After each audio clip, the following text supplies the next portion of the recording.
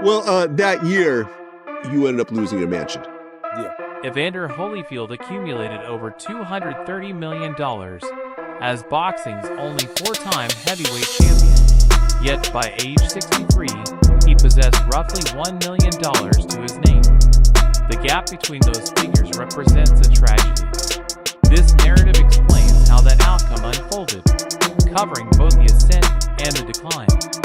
In Moore, Alabama, Evander Holyfield entered the world as the youngest among 9 siblings. The family relocated to Atlanta, where he was raised in the Bowen Homes housing project. He discovered boxing, and by 1984 he represented the United States at the Los Angeles Olympics in the light heavyweight division. During the semifinal, he dominated New Zealand's Kevin Barry across 2 rounds. Late in round 2, the Yugoslav referee called a halt mid-combination, and Holyfield's follow-up hook connected milliseconds after the stoppage. He received a disqualification. Kevin Barry was classified as a knockout victim and declared medically unfit for the final. Holyfield took home bronze, while U.S. officials lodged protests. The decision stood. He turned professional that same year. By 1988, he became the undisputed cruiserweight champion, the first man to simultaneously hold all 3 major belts at that weight class. He accomplished something few fighters before him had done, moving up from cruiserweight to heavyweight and immediately competing at the division's highest level. In 1990, he knocked out Buster Douglas, the man who had previously knocked out Mike Tyson, to become the undisputed heavyweight champion of the world. He defeated George Foreman. He defeated Larry Holmes. He fought Riddick Bowe 3 times across the 1990s, winning 2 of those encounters. He lost his titles to Michael Moorer in 1994, then stepped away from the sport before returning in 1995 to reclaim them. He beat Mike Tyson in 1996, one of the biggest upsets in boxing history at the time, with Tyson entering as a 25-1 favorite. He beat Tyson again in 1997, in the fight where Tyson bit his ear. He fought Lennox Lewis twice. He won the WBA title a 4th time in 2000 over John Ruiz. He held the heavyweight championship 4 separate times, a record no other man in boxing history has matched. Across 57 professional fights over nearly 3 decades, he earned an estimated $230 to $350 million in purse money. By the time he beat Ruiz in 2000, he was the wealthiest prize fighter in the sport. He owned a 109-room mansion. He owned over 100 cars. He had a record label, a restaurant, and a network of businesses built on the foundation of his name. None of it endured. Between those 2 title reigns, after the Bowe trilogy and before the Tyson fights, Holyfield lost his titles on a 12-round decision to Michael Moorer. Post-fight examinations revealed a congenital heart problem, a non-compliant left ventricle, what his doctors called a stiff heart. The left ventricle could push blood out, but could not fill properly under extreme physical stress. His physician, Dr. Ronald Stevens, stated plainly that Holyfield fought that bout in heart failure, and it was an absolute miracle he could compete for 12 rounds in that condition. The next day, doctors found a second condition, a small congenital hole between the upper chambers of the heart. Later the same year, an additional diagnosis was added, sarcoidosis, an inflammatory condition that can affect both the heart and lungs. Holyfield announced his retirement, though by November the Mayo Clinic cleared him for all activities, including boxing. Extensive multi-day testing found no cardiopulmonary restrictions on his activities. Holyfield credited the recovery to a faith-healing experience with preacher Benny Hinn. He returned to the ring and by 1996 stopped Mike Tyson in the 11th round to win the WBA heavyweight title. They fought again, and in round 3, after a series of head clashes, Tyson bit off a piece of Holyfield's ear twice. Holyfield retained the title on a disqualification. The image of his severed ear cartilage became one of the most replayed moments in sports history. He won his fourth heavyweight title over John Ruiz at age 37. He is, by the only measure that counts, the greatest cruiserweight who ever moved up to heavyweight. Then the decline began. A controversial split draw with Lennox Lewis, which most ringside observers scored for Lewis, began to chip away at his record and public standing. The rematch went to Lewis by unanimous decision. After that came a loss to Chris Bird, a TKO loss to James Toney, and a 12-round loss to Larry Donald. Then in 2004, you fought Larry Donald. Yeah. You lost a 12-round unanimous decision. This was the third consecutive match. Yep. That you lost. 3 losses in a row, the first time in his career. He was 42 years old. That bothering you, losing 3 times in a row? That's my first time ever lost 3 times in a row. Yeah. And of course, I myself said, wow. He said it made him stop and ask what he was still doing in the ring. I got to find out what I'm really do. What is the purpose? Right, because you're 42 at the time. Yeah. The answer the sport gave him was to keep going, so he did. The New York State Athletic Commission suspended his boxing license, not because he failed a medical test, but for what they formally called diminishing skills. He had passed every test they gave him. And then the next year, the New York State Athletic Commission actually banned you from boxing due to diminishing skills, even though you passed. He kept fighting regardless, picking up wins against lower-level opponents while waiting for a path back to a title shot. You beat Jeremy Bates by TKO. You beat Frank Aquendo by unanimous decision. Wins over men that a prime Holyfield would have stopped inside 3 rounds. He was 45, cycling through opponents to stay active and stay paid. You beat Vinny Madelone by TKO. You beat Lou Savarese. Yep. So you're just now winning and winning and winning. And you're 45 at The wins bought him one more shot at relevance. He fought Nikolai Valuev, a Russian super heavyweight who weighed 310 pounds to Holyfield's 214. He was 45 years old. Right. He beat you, but they said that you were dominating the whole time. What the? Holyfield believed, and most observers agreed, that he had won that fight. He did not get the decision. Everybody know that I won that He fight. was 45 years old. He earned $600,000 for that fight, the lowest purse of his professional career. The man who had made $230 million in boxing was fighting a 310-pound Russian for $600,000 because the money had run out. His last professional win came against Brian Nielsen at age 48. His final recorded bout, a no contest against Sherman Williams stopped in the 6th round for a cut above his eye, was described by observers as one of the worst performances of his career. He officially retired. He returned for one more exhibition against Evander Belfort in Florida and was stopped in the 1st round. The state of Florida issued him a 30-day medical suspension. The man who had beaten Mike Tyson twice was receiving a suspension after 1 round against a mixed martial arts crossover. That was the end. A 27-year career, 57 professional fights, for heavyweight titles, 1 undisputed cruiserweight reign, and a reported net worth of approximately $1 million. The question was never whether Holyfield was great. He was. The question is, where did everything else go? Where did $230 million go? The answer involved a 109-room mansion, a sister, a record label, a grill, 3 divorces, 11 children, and a career that extended far beyond the point where it should have stopped. By the time he was taking $600,000 to fight a 310-pound Russian, by the time the New York State Athletic Commission was suspending him for diminishing skills, by the time he was chasing wins over journeymen named Vinny Malone and Lou Savarese, the money from the Tyson fights, the title defenses, and the prime years was already long gone. He was not fighting to build on what he had. He was fighting to cover what was missing. Each of those threads is a chapter in its own right, and the first chapter starts with a house. The empire falls.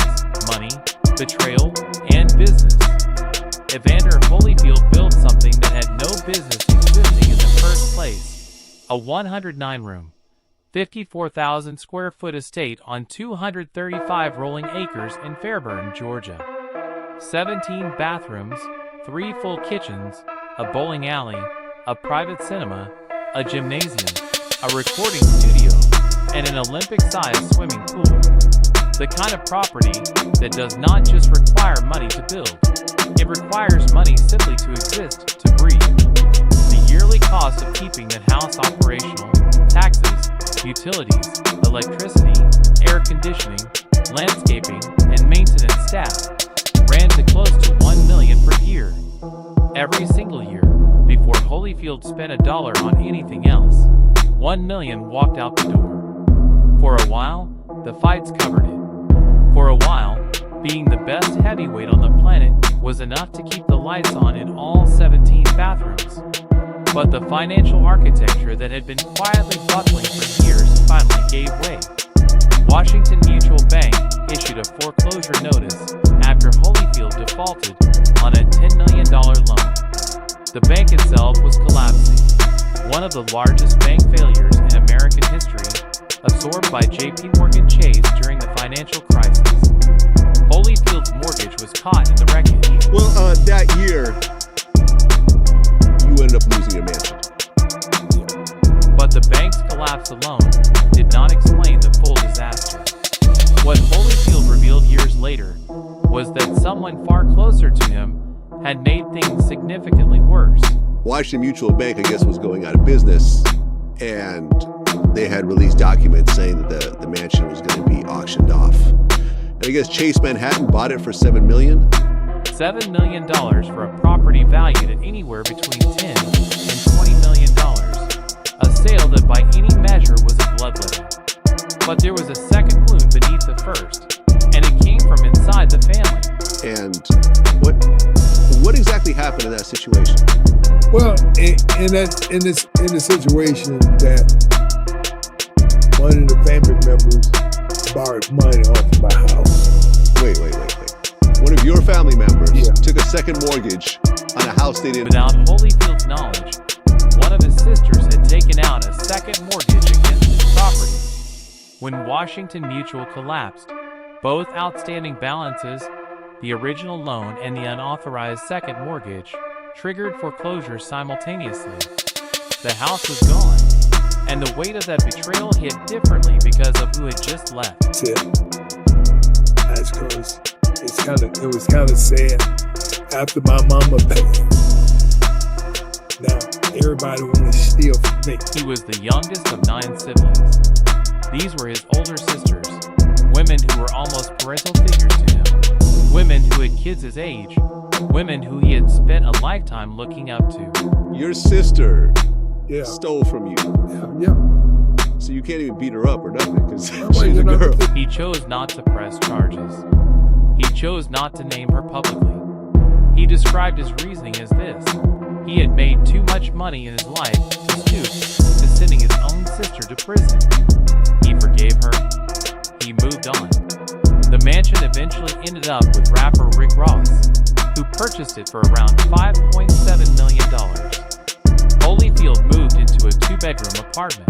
Right, because you made over $230 million in the course of your career. A quarter of $1 billion earned. And the mansion was only the beginning of the losses. Because while the house was dissolving in foreclosure proceedings, the business graveyard that Holyfield had been building since 1999 was already full. That year, fresh off his controversial first fight with Lennox Lewis, Holyfield launched Real Deal Records LLC, an Atlanta-based music label distributed through Orpheus Records, carrying a diverse roster of R&B, hip-hop, and gospel acts: Legit Cut Boy G, Yarrow, an R&B trio called Exhale, a gospel singer named Lexi, a Filipino pop act called Saison, and several others. The label released its first albums in the summer of that year. None of the artists broke through. None of the releases found traction. The label folded by the early 2000s at a reported cost of around $3 million. Well, yeah, I mean, along the way, You started a record label, Real Deal Records. You invested millions of dollars into it. Unfortunately, none of the artists. But $3 million was a rounding error compared to what the restaurant cost him. Around the same time, Holyfield poured money into New South Grill, a high-end dining establishment in Sandy Springs, north of Atlanta, framed as a fusion of Southern cuisine and celebrity hospitality. It was positioned between office buildings with limited foot traffic, opened under the management of a chef named John Akeel, and struggled from the day the doors opened. By September 2000, just 18 months after launch, Fulton County Marshal showed up to evict the business, with 3 months of rent unpaid. The losses from the restaurant alone were estimated at between $7.6 million and over $10 million. Then came the grill. Holyfield partnered with Utah-based Siren Corporation to launch the Evander Holyfield Real Deal Grill, a $99 indoor-outdoor electric countertop appliance marketed explicitly as a direct competitor to George. Well, now you can, with the world champion of countertop grills, the Evander Holyfield family-size Real Deal Grill. George Foreman earned over $100 million from his grill deal alone, more than from his entire boxing career. Holyfield's version never came close. A global distribution deal was signed with Northern Response in Canada for TV shopping and direct response channels. Adjustments were being made to the infomercial itself, a tell that the initial run had underperformed. It helped keep me at my fight weight. Deborah, my family-size Real Deal Grill have the best 1, 2, 3 cooking combination in the product faded. No profits were ever reported. He also released Real Deal Barbecue Sauce, a mild and hot sauce line he personally hawked in grocery stores, handing out autographs beside stacked display cases at $4.99 per jar, and a product called the Knockout 360 Fire Extinguisher, a branded home safety item that generated, by every available account, zero commercial traction. Then, there was the Black Family Channel, a co-investment in a black-owned cable network alongside attorney Willie E. Gary, Marlon Jackson of the Jackson 5, and baseball player Cecil Fielder. The channel peaked at 16 million households, but could never solve the economics of cable distribution. It shut down. Holyfield's stake in the network soured into another unspecified loss. All of it was compounding against a background of child support obligations that would have crippled most people independently. Holyfield is the father of 11 children from 5 or 6 different women. At peak, his annual child support payments exceeded $500,000. He owed an estimated $372,000 in back payments alone, with jail time being threatened for non-compliance. 3 divorces added legal costs and settlements on top. And so forth. She just said it was heartbreaking because you have a really kind spirit. You would help so many people. You would help kids. You would help family members. His assistant told an interviewer that Holyfield's fundamental problem was his nature, that he was constitutionally incapable of turning people away, that his generosity was the door through which exploitation entered. And when each wave of people around him turned out to be taking rather than giving, he did not change who he was. He just moved on and trusted the next wave. He was formally declared bankrupt.